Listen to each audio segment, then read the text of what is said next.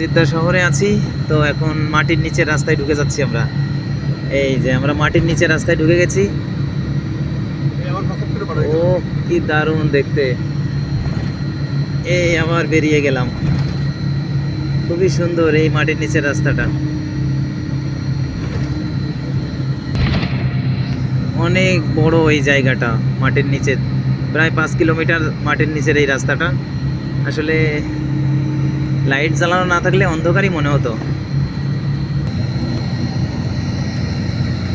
Jeddah শহরটা আসলে খুবই সুন্দর দেখতে।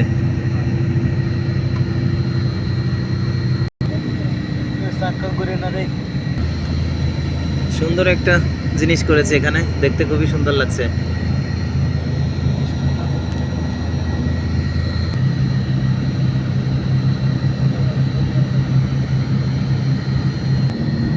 আবার মাটির নিচে রাস্তায় ঢুকে যাচ্ছি অল্প একটুখানি।